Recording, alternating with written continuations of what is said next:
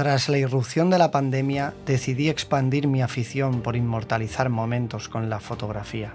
Más tarde surgió la idea de hacerlo también con vídeo. Y por último, dar el salto al aire de ambas aficiones audiovisuales. Y ahora desde otro punto de vista.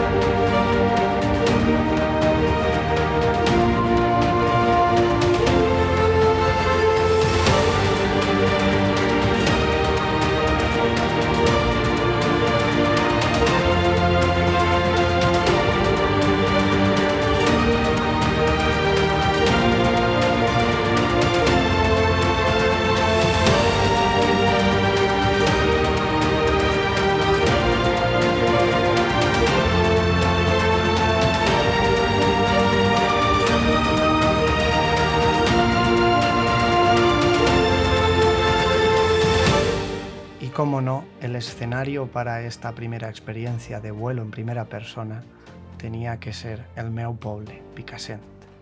Y lo mejor de inmortalizar lugares es compartirlo contigo. Muchísimas gracias por estar ahí una vez más. Nos vemos en el siguiente vídeo.